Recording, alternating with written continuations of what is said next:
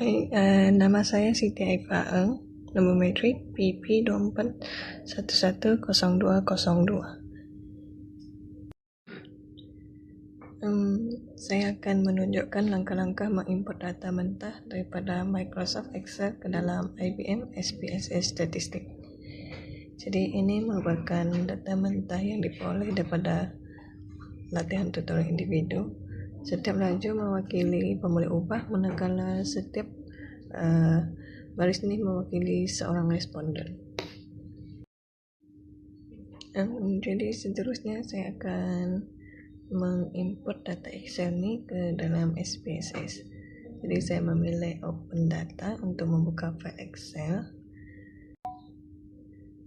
Tekan ini, dan tekan ini. Pilihan ini memastikan SPSS membaca nama pemulih ubah daripada baris pertama Excel.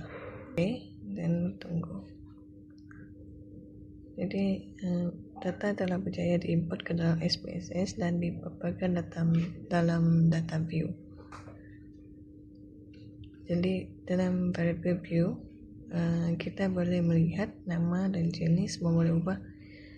Sekali data ini disimpan ataupun save dalam format SPSS untuk digunakan dalam analisis seterusnya. Itu saja daripada saya. Sekian, terima kasih.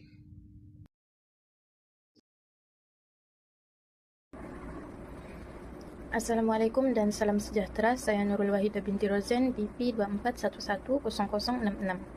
Dalam video ini saya akan menunjukkan proses penyaringan atau pembersihan data serta proses komput menggunakan data kajian sebelum menjalankan analisis dalam SPSS. Pertama, saya membuka fail Excel yang mengandungi data soal selidik daripada Google Form. Data ini mengandungi maklumat demografi responden seperti jantina, umur, fakulti dan juga item-item soal selidik seperti B1 hingga B10 serta C1 hingga C5. Langkah pertama ialah menyemak sama ada terdapat data yang hilang atau tidak lengkap. Saya meneliti setiap pemboleh ubah bagi memastikan semua responden telah menjawab soalan yang diperlukan. Seterusnya, saya menyemak julat skor bagi item B1 hingga B10. Semua item menggunakan skala Likert daripada 1 hingga 7. Oleh itu, saya memastikan tiada nilai yang berada di luar julat tersebut seperti 0, 8 atau nombor yang lain. Proses yang sama dilakukan untuk item C1 hingga C5 yang mengukur kepuasan hidup atau satisfaction with life scale. Semua nilai perlu berada dalam julat 1 hingga 7. Selepas memastikan data berada dalam keadaan baik, saya mengimport file Excel ke dalam SPSS dengan memilih File, Open, Data dan seterusnya memilih file Excel yang telah disediakan.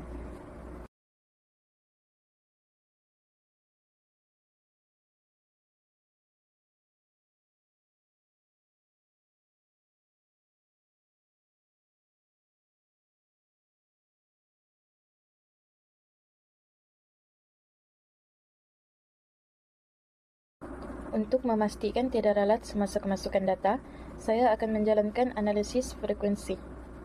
Pertama sekali, kita akan tekan Analyze, kemudian Descriptive Statistik, dan pilih frekuensi.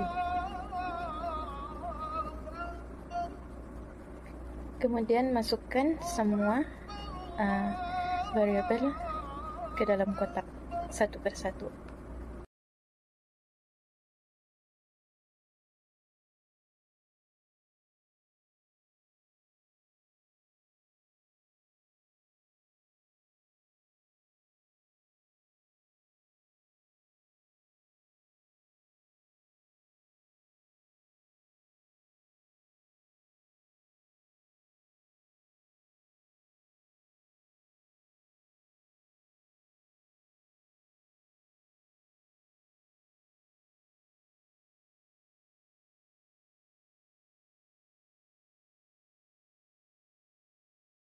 Melalui output ini, saya dapat melihat nilai minimum dan maksimum bagi setiap item serta mengenal pasti sekiranya terdapat nilai yang tidak logik. Selepas proses pembersihan data selesai, saya menghasilkan skor keseluruhan bagi konstruk kepuasan hidup menggunakan fungsi compute variable. Kali kita tekan transform kemudian pilih compute variable. Kemudian dalam box target variable ni kita letak SWLS total. Kemudian dalam box function group ni kita pilih statistical. Kemudian dalam functions and special variable box ni pilih sum. Kemudian pindahkan ke dalam numeric expression box. Okey, seterusnya apa yang perlu kita buat adalah masukkan semua C1 hingga C5 ni ke dalam numeric expression.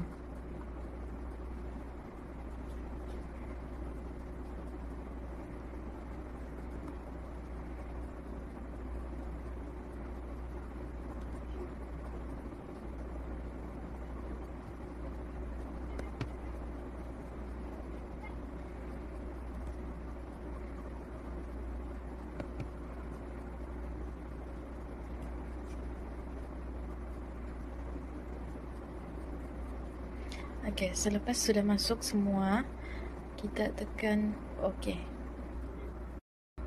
Selepas menekan OK, SPSS akan menghasilkan satu pemboleh ubah baru yang mengandungi jumlah skor kepuasan hidup bagi setiap responden. Kesimpulannya, proses penyaringan data dilakukan untuk memastikan data bebas daripada ralat dan sesuai digunakan dalam analisis. Seterusnya, fungsi compute variable digunakan untuk menghasilkan skor keseluruhan bagi konstruk yang dikaji. Langkah ini penting bagi memastikan analisis statistik yang dijalankan adalah tepat dan boleh dipercayai. Sekian dari saya, terima kasih.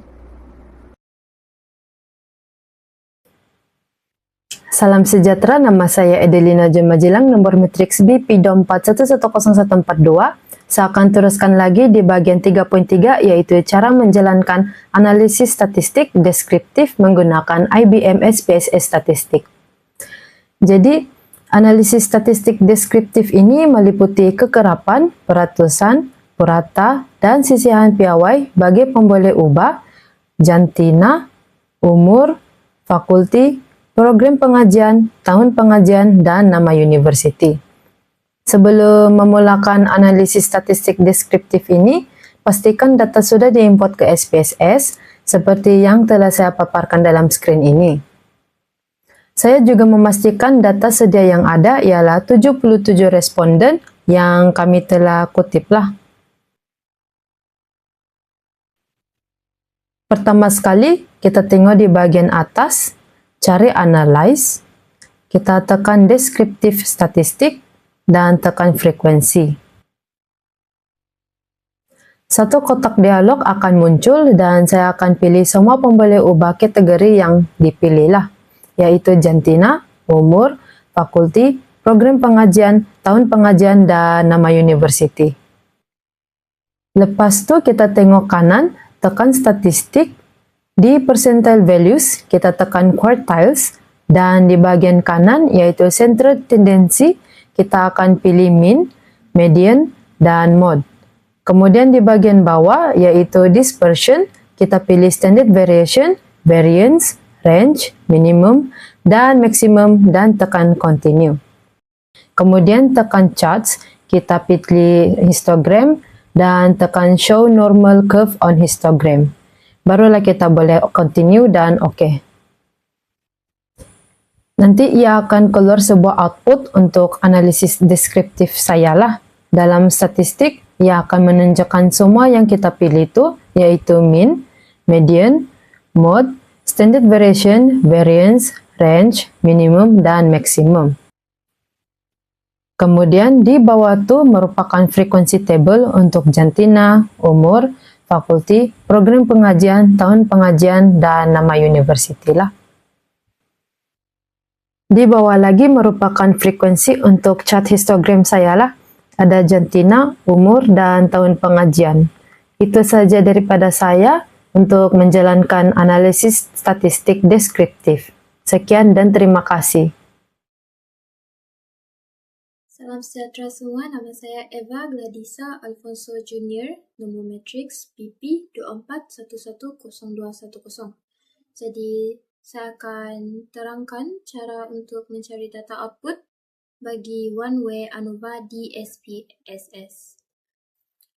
So, kenapa kita guna one way ANOVA ni, sebagai contoh, kami punya persoalan kajian adalah adakah kepuasan hidup berbeza mengikut umur. Jadi daripada persoalan kajian tersebut, kita boleh dapat objektif dia, iaitu untuk menentukan perbezaan kepuasan hidup pelajar berdasarkan umur. So, daripada persoalan kajian tersebut, kita juga boleh bina hipotesis. Kami punya hipotesis ialah null, iaitu tiada hubungan antara umur dan tahap kepuasan hidup. So, daripada itu, kita boleh nampak bahawa pemboleh ubah terikatnya ialah kepuasan hidup dan pemboleh ubah bebas ialah umur. So, sekarang saya akan tunjukkan cara untuk kita cari one way data output one way ANOVA di SPSS. So, first kita tekan analyze and then tekan compare means and proportions and then cari one way ANOVA, klik. So, factor di sini ialah umur and then dependent list ialah SWLS total, which is tahap kepuasan hidup. So dekat sini kita tekan to key, and then tekan continue, and then tekan lagi options, tekan descriptive, homogeneity of variance test dan means plot, and then tekan continue. Lepas tu barulah kita boleh tekan OK. Lepas tu ini merupakan data output one way ANOVA bagi umur dan tahap kepuasan hidup. So, kita boleh tengok di sini. Keputusan ANOVA ni menunjukkan bahawa tiada perbezaan yang signifikan lah dalam tahap kepuasan hidup berdasarkan kumpulan umur. Oleh itu, umur tidak mempunyai kesan yang signifikan terhadap kepuasan hidup peserta dalam kajian ini. So, secara keseluruhannya, keputusan ANOVA ni masih menunjukkan bahawa perbezaan antara kumpulan umur adalah tidak signifikan. Jadi ini merupakan tujuan kenapa kita guna one way ANOVA, iaitu untuk mengenal pasti sama ada perbezaan yang signifikan atau tidak. Jadi, itu sahaja daripada saya. Sekian, terima kasih. Nama saya Rewendra Raina Edwin, BP 24110268. Saya akan menerangkan mengenai regresi mudah dan output yang diperolehi. Sebelum kita start, saya mahu kongsikan dahulu hipotesis nol yang kita gunakan, which is tidak ada hubungan yang signifikan antara kepuasan hidup dan dengan penilaian hidup dalam kalangan pelajar UMS. So, pertama sekali, untuk mendapatkan output ni, kita perlu key in information yang berkaitan dahulu dalam SPSS ni. First, tekan analyze dan pilih regression. Berdasarkan data yang kita perlu guna ni kan, kita pilihlah linear. After menu linear keluar, kita akan nampak option dependent dan independent. Ni dengan yang ni. Jadi di bahagian ini, kita akan masukkan variable yang kita gunalah. Untuk dependent variable yang ni, klik CLLSD dan masukkan ke dalam dependent variable. CLLSD ni mewakili penilaian hidup. Seterusnya, klik total SWLS dan masukkan ke dalam independent variable. Total SWLS ni mewakili kepuasan hidup. Kemudian, klik statistik dan pilih estimate serta model fit. Dan klik continue. Kemudian, pilih plot dan pilih ZPRED dan masukkan ke dalam X. Pilih ZRESID dan masukkan ke dalam Y. Kemudian, pilih normal probability plot. Setelah selesai, klik continue. Lepas kita sudah isi semua information yang diperlukan nih, kita boleh klik OK. Dan tunggu beberapa saat lah untuk kita punya output nih keluar. Jadi ini adalah output kita. Kita ada yang nih, bahagian nih, and then yang nih, dan chart-chart yang kita boleh tengok lah.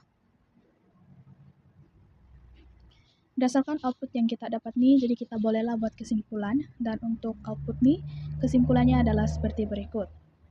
Oleh karena nilai signifikan kita nih, dia kurang daripada 0.05, which is 0.001, kita dapat simpulkan bahwa hipotesis nol ditolak dan model regresi adalah signifikan. Jadi, terdapat hubungan yang signifikan antara kepuasan hidup dengan penilaian hidup dalam kalangan pelajar UMS. Itu saja dari saya, sekian dan terima kasih.